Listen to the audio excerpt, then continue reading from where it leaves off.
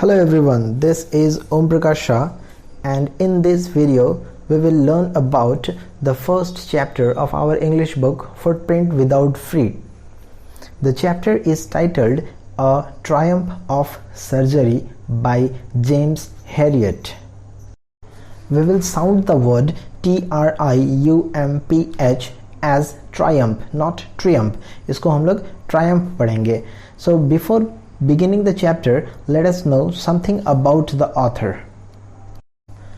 James Herriot is actually the pen name of the author James Alfred White. A-L-F-R-E-D, Alfred White, W-I-G-H-T. So he is originally named James Alfred White and he writes with the name James Herriot. तो James Herriot हम इनका pen name बोल सकते हैं. Actually he was a British veterinary surgeon by profession. तो author ये बाद में बने, ऑथर से पहले ये एक्चुअली में वेटनरी सर्जन थे और इनके राइटिंग्स में जनरली हम ऑटोबायोग्राफिकल टच देख सकते हैं. तो इस चैप्टर, ये जो चैप्टर हम लोग पढ़ेंगे, ये भी उनका एक पर्सनल एक्सपीरियंस रहा है जिसे उसने इस बुक में इस चैप्टर के जरिए शेयर किया. यदि हम लोग बात एग्जामिनेशन के पॉइंट ऑफ व्यू से करते हैं तो ऑथर के बारे में जानना बहुत ज़्यादा इम्पॉर्टेंट नहीं होता. Still we will have some idea about each and every author we are learning about. So James Alfred Wight और जेम्स हेरियट. तो अब मैं जेम्स हेरियट करके ही बोलूँगा. पेन नेम आप समझ रहे हो, जिस नाम से जो राइटर, ऑथर या कवि लिखा करते हैं उसे पेन नेम बोलते हैं. सो उनका डेट ऑफ बर्थ ध्यान में रखना, 3rd October 1916. So he took birth on 3rd October 1916 in England. Sunderland हम लोग साउंड कर सकते हैं, SUNDERLAND. तो हिंदी में पढ़ते समय सुंदर जैसा साउंड आएगा, but Sunderland can be said. उनका बर्थ प्लेस था संडरलैंड जो कि इंग्लैंड में है. 3rd October 1916 and he survived till 23rd February 1995. तो बाय प्रोफेशन वो एक वेटनरी डॉक्टर थे. तो उनके क्लिनिक में जो कुछ भी होता था एनिमल्स के प्रति वो बहुत ही ज़्यादा अफेक्शनेटली रिलेटेड थे, अटैच थे, और एक तरह से ये उनका पेशा भी था. तो वो एनिमल्स के प्रति जो भी अपना फीलिंग, ओपिनियन रखते हैं, अपने बहुत सारे बुक्स में उन्होंने कुछ ऐसा ही दिखाया है, ऐसी ही बात लिखी है. यहाँ जो हम लोग पढ़ेंगे, here too we will get a dog. एक डॉग का चर्चा हम लोग करेंगे जो ट्रीटमेंट के लिए मिस्टर हेरियट जो कि ऑथर है, वही यहाँ पे नरेटर भी है. आप देखिएगा चैप्टर का पहला वर्ड ही first person singular pronoun use हुआ है, I was really worried about tricky. तो ये आई कौन है? जेम्स हेरियट खुद ही है. तो इनके राइटिंग में हमें ऑटोबायोग्राफिकल टच मिलता है. यहाँ पे भी उन्होंने कुछ अपने पर्सनल एक्सपीरियंस ही शेयर किया. तो हम लोग सीधा चैप्टर पे चलेंगे क्योंकि ये चैप्टर वैसे भी थोड़ा लंबा है और मुझे 2 पार्ट में कवर करना होगा. एंड अबाउट द ऑथर एक काम आप लोगों को दे रहा हूँ, आप किसी भी सोर्स से, विकिपीडिया से या फिर गूगल करके जेम्स हेरियट के बारे में इंफॉर्मेशन आपको कलेक्ट कर लेना है, राइट. तो अभी हम सीधा आ जाते हैं चैप्टर पे.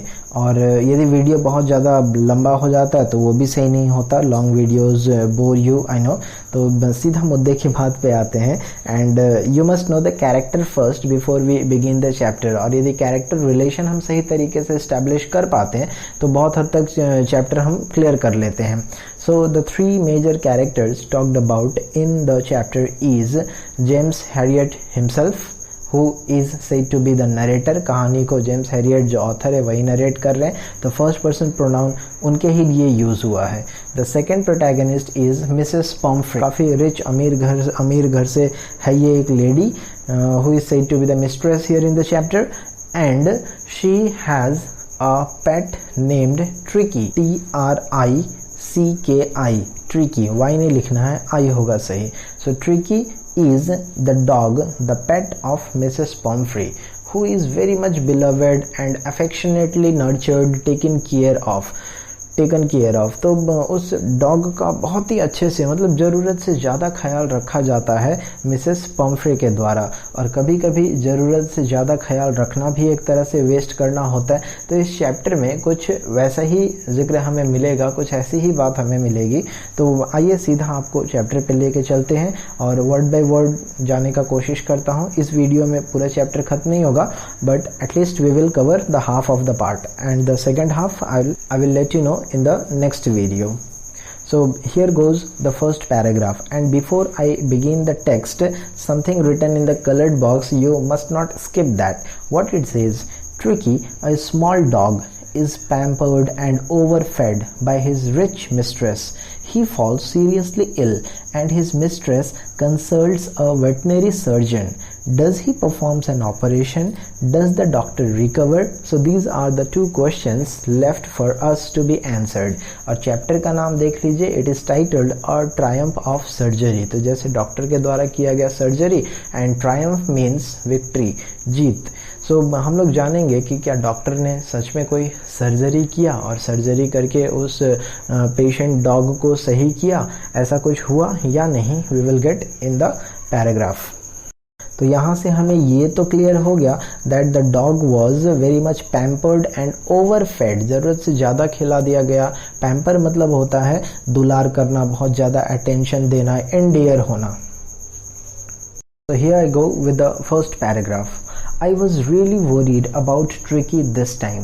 I had pulled up my car when I saw him in the street with his mistress, and I was shocked at his appearance. He had become hugely fat, like a bloated sausage with a leg at each corner. His eyes, bloodshot and rheumy, stared straight ahead, and his tongue lolled from his jaws. So there are several new words in this paragraph, ध्यान में रखना है आपको।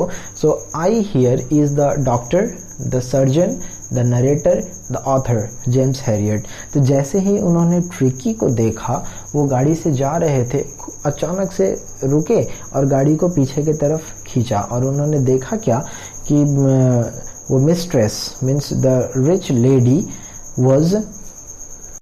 was pulling her dog by the street, and the doctor was surprised. He was shocked to see his appearance. उनका appearance मतलब होता है look. तो उस डॉग को देख के वो काफ़ी ज़्यादा शॉक हो गए। वो बहुत भयानक मोटे हो गए थे, ह्यूजली फैट। और सॉसेज का मतलब होता है प्लेट लाइक, ब्लोटेड का मतलब होता है एकदम फुल सा जाना, with a leg at each corner. तो ऐसा लग रहा था, बॉडी इतना हेवी हो गया था, जैसे लग रहा था कि उनका चारों पाँव 4 डायरेक्शन में है, जैसा कि आप इस फोटो में देख पा रहे हैं। तो कुछ ऐसा उनका लुक हो गया था। His eyes bloodshot and rheumy. bloodshot मतलब होता है एकदम लाल लाल सा हो जाना, inflamed जैसा कुछ। rheumy means watery. Stare means to look continuously, देखना। stared straight ahead and his tongue lolled from his jaw. तो उसका जीवा टंग जॉ से बाहर ऐसे ही lazily reclined बोल सकते हैं, लटका हुआ था। So such was the condition of the dog. Moving on to the next paragraph. Mrs. Pomfrey hastened to explain. He was so listless, Mr. Herriot. He seems to have no energy. I thought he must be suffering from malnutrition, so I have been giving him some little extras between the meals to build him up. Some malt and cod liver oil and a bowl of Horlicks at night to make him sleep. Nothing much really.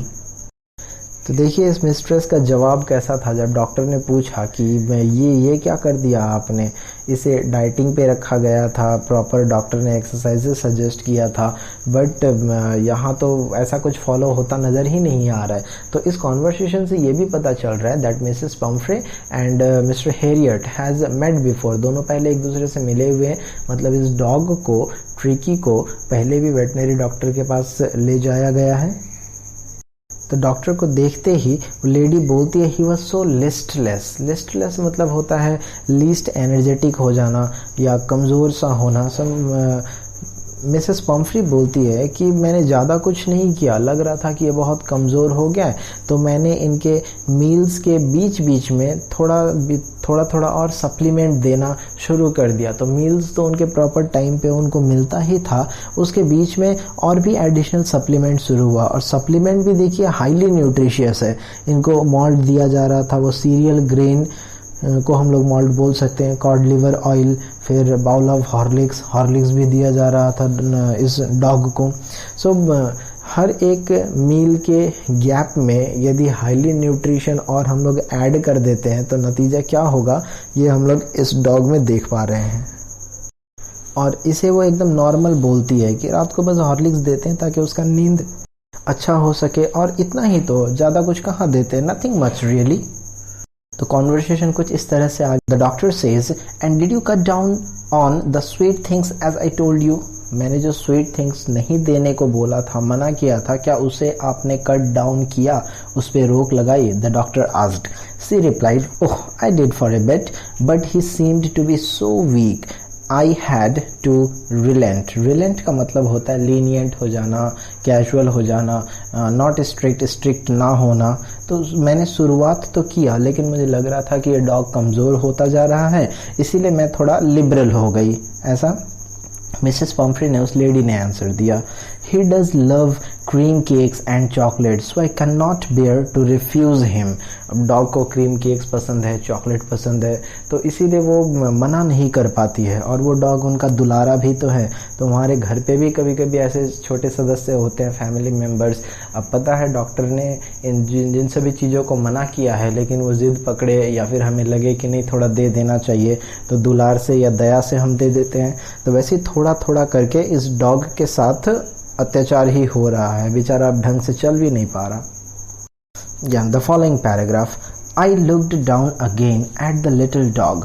That was the trouble. Tricky's only fault was greed. He had never been known to refuse food. He would tackle a meal at any hour of the day or night, and I wondered about all the things Mrs. Pumphrey hadn't mentioned. तो इस paragraph में देखिए dog को क्या बताया गया, grid. Dog को देख के भी थोड़ा दया आता है कि ऐसा है ये डॉग, यदि इसका पेट भरा भी रहे तभी भी ये कभी खाने को मना करता ही नहीं. जितना भी दे दो, कभी भी दे दो, किसी भी टाइम में, दिन में, रात में, खाने के लिए हमेशा तैयार रहता है. और दूसरी तरफ मिसेस पम्फ्री, उनको तो इनका ख्याल रखना चाहिए था, बट वो भी दया से दे देती है. और डॉक्टर को ये सभी बात पहले बताया नहीं गया था, तो इसके वजह से डॉक्टर थोड़ा सीरियस भी है और एक तरह से डॉक्टर नाराज भी होते हैं, लेकिन ये उनकी केयर के लिए ही होता है. The doctor further asked, Are you giving him plenty of exercise? इसे रेगुलर एक्सरसाइज करवाते हो, इसे देते हो? Well, he has his little walks with me as you can see, but Hawkins, यहाँ पे एक नया कैरेक्टर इंट्रोड्यूस होता है, HODGKIN. हॉकिन पढ़ सकते हैं, जो कि एक गार्डनर है, मिसेस पम्फ्री का गार्डनर, जो डॉग को लेके घुमाया करता था. Has been down with lumbago, so there has been no ring throwing lately. So Mrs Harriet बोलती है कि आप जैसा देख ही रहे हो कि मेरे साथ ये वॉक पे तो निकला ही हुआ है, लेकिन हमारा जो गार्डनर है हॉगिंग, वो लम्बैगो के वजह से, लम्बैगो एक तरह का मस्कुलर पेन, मसल पेन होता है, वो लोअर बैक में, मतलब पीठ के तरफ नीचे के हिस्से में जो पेन होता है, तो उस दर्द के वजह से वो रिंग थ्रोइंग का गेम जो खेला करते थे वो अब नहीं खेल रहा है. तो मेरे साथ वॉक पे है, मीन्स वॉक पे वो जा रहा है, बट उनका एक्सरसाइज जो शेड्यूल किया गया था वो अच्छी तरह से नहीं हो रहा. Okay, follow the next paragraph. I tried to sound severe. Now I really mean this. If you don't cut his food right down and give him more exercises, he is going to be really ill. You must harden your heart and keep him on a very strict diet. So this was the doctor's strict statement कि यदि अभी भी आप ऐसा नहीं करते हो, मेरे इंस्ट्रक्शन को फॉलो नहीं करते हो, मेरा डाइट चार्ट फॉलो नहीं करते हो, एक्सरसाइज नहीं देते हो, तो आप खुद इसे बीमार कर दोगे. He will definitely fall ill. Mrs. Pumphrey wrung her hands. Oh, I will, Mr. Herriot. I am sure you are right, but it is so difficult, so very difficult. She set off, head down, along the road as if determined to put the new regime into practice immediately. So Mrs. Pumphrey feeling regret, वो regret करते हुए अपने हाथों को रंग, WRUNG रंग करते हुए, रंग मतलब होता है ट्विस्ट करना या अपने हाथों को स्क्वीज करना. So she was feeling guilty, वो guilty feel कर रही थी and she was accepting that she will definitely follow the instruction given by the doctor, कि अब वो अच्छे से उसे एकदम immediately practice में लाएगी. The further paragraph. I watched their progress with growing concern. Tricky was tottering along in his little tweed coat. He had a whole wardrobe of these coats for the cold weather and a raincoat for his wet days. He struggled on, dropping in his harness. I thought it would not be long before I heard from Mrs. Pumphrey. तो देखिए यहाँ पे हमें tricky का रईसी देखने को मिलेगा. यदि हम लोग किसी एनिमल को, क्रिएचर को इंसानों जैसा ट्रीट करने लगे, इंसानों जैसा पहनावा देने लगे, तो फिर उनका नेचुरलिटी थोड़ा ख़त्म होता सा दिखता है. तो यहाँ पे एक अमीर घर का डॉग है तो उसे उसी तरह से पेश किया जाता है. उसके पास बहुत सारे पहनने को कपड़े हैं, उनका अपना अलग से वार्डरोब बना हुआ है, अलमीरा बना हुआ है, जिसमें कोल्ड वेदर के लिए अलग कपड़ा है, बारिश के समय के लिए उनका रेन कोट है, और जिस तरह का उनका ड्रेसेस पहनाया गया है उनसे ही उनकी रईसी भी झलकती है. तो रईसी तो झलक रही है, लेकिन क्या हमने जानने का ये कोशिश किया कि डॉग कंफर्टेबल है या नहीं? आपको क्या लगता है? शायद नहीं होगा. तो इतना यदि हम लोग ड्रेस पहना देते हैं एक ऐसे नेचुरल क्रिएचर को जिसने कभी इस तरह का पहनावा देखा जाना या उसके नेचर में है ही नहीं, तो परेशानी तो होना ही है, लेकिन हम अपने इमेज के लिए उसके नेचुरलिटी को ख़त्म कर रहे होते हैं. डॉक्टर फाइनली क्या बोलता है? I thought it wouldn't be long before I heard from Mrs Pomfrey. मतलब ज़्यादा समय नहीं है, मुझे मिसेस पम्फ्रे का कॉल आ ही जाएगा. मिसेस पम्फ्रे अपने डॉग को भागते हुए मेरे पास पहुंच ही जाएगी, क्योंकि ये डॉग बहुत जल्दी बीमार पड़ने वाला है. और जेम्स हैरियट तो एनिमल्स का स्टडी किए हुए हैं, उनका प्रोफेशन ही एग्जैक्टली एनिमल्स को लेके है. So he can predict many more thing about such animals. तो जैसा वो सोच रहे थे एग्जैक्टली वैसा ही हुआ. देखिए क्या हुआ. The expected call came with in a few days. Mrs Pomfrey was distraught. Tricky would eat nothing, refused even his favorite dishes, and besides he had bouts of vomiting. He spent all his time lying on a rug, panting, didn't want to go for walks, didn't want to do anything. I had made my plans in advance. The only way was to get Tricky out of the house for a period. I suggested that he be hospitalized for about a fortnight to be kept under observation. तो doctor ने जैसा सोचा था exactly वैसे ही हुआ. इसलिए doctor ने पहले से ही प्लानिंग कर लिया था कि इस बार कुछ भी होता है तो मिसेस पम्फ्रे से दूर उसे कम से कम फोर्टनाइट के लिए, fortnight is the duration of 15 days, 15 दिनों के लिए उनको उनसे अलग रखेंगे तो शायद वो डॉग को एकदम सही शेप में ला सकते हैं. तो परेशानी बढ़ी जैसा अंदाज़ा था. अब ट्रिकी को कुछ करने का मन नहीं कर रहा, वो वॉमिटिंग कर रहा है. ऐसे PANTING, पैंटिंग मीन्स होता है हाफना, तो मुंह बड़ा करके जीभ बाहर निकाल के वो हाफी ले रहा है. So he was feeling uneasy means he fell ill, एक वर्ड में यदि बोले तो. The poor lady almost swooned. She was sure he would pine and die if he did not see her every day. दूसरी तरफ बात ये भी थी कि वो लेडी अब अपने डॉग से अलग रह ही नहीं सकती, not even for a single day. लेकिन अपने दिल पे पत्थर रख के उनको अलग तो करना पड़ेगा अपने डॉग को. So one more paragraph and I will and this first part here. But I took A firm line. Tricky was very ill and this was the only way to save him. In fact, I thought it best to take him without delay, and followed by Mrs. Pumphrey's wailing, I marched out to the car carrying the little dog wrapped in a blanket.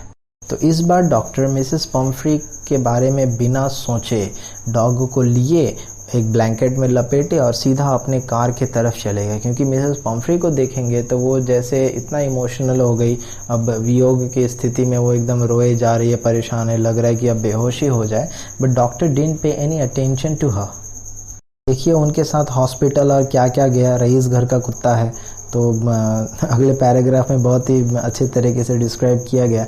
The entire staff was roused and made rushed in and out bringing his day bed, his night bed, favorite cushion, toys and rubber rings, breakfast, supper bowl. Realizing that my car would never hold all the stuff, I started to drive away. As I moved off, Mrs. Pomfrey, with a despairing cry, threw an armful of the little coats through the window. I looked in the mirror. Before I turned the corner of the drive, everybody was in tears. Out on the road, I glanced down at the pathetic little animal gasping on the seat by my side. I patted the head and Tricky made a brave effort to wag his tail. Wag means to move. Poor old lad, I said. You haven't a kick in you, but I think I know a cure for you. We will end this video here. तो देखिए यहाँ पे जब वो उसे doctor लेके जा रहे हैं तो क्या क्या सामान उनके साथ दिया. डॉक्टर की कार में इतना कुछ आता भी नहीं, तो उनका डे का बेड अलग है, नाइट बेड अलग है, उनका फेवरेट कुशन अलग है, खिलौना, रबर, फिर अलग अलग टाइम में खाने के लिए जो बॉल है वो डिफरेंट बॉल यूज़ करते हैं. और जाते जाते उनका इतना सारा कपड़ा, कोट वगैरह भी वो खिड़की से डाल गए जितना शायद उनके कार में आता भी नहीं.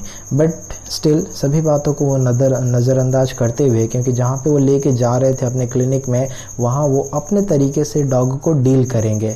लेकिन मिसेस पॉम्फ्रे दुखी ना हो करके वो किसी भी चीज़ के लिए पॉम्फ्रे को मना नहीं किए. But none of the things supplied for the dog was used there in the clinic. So let us stop here in this video. The rest of the thing will be discussed in the upcoming one. Thank you.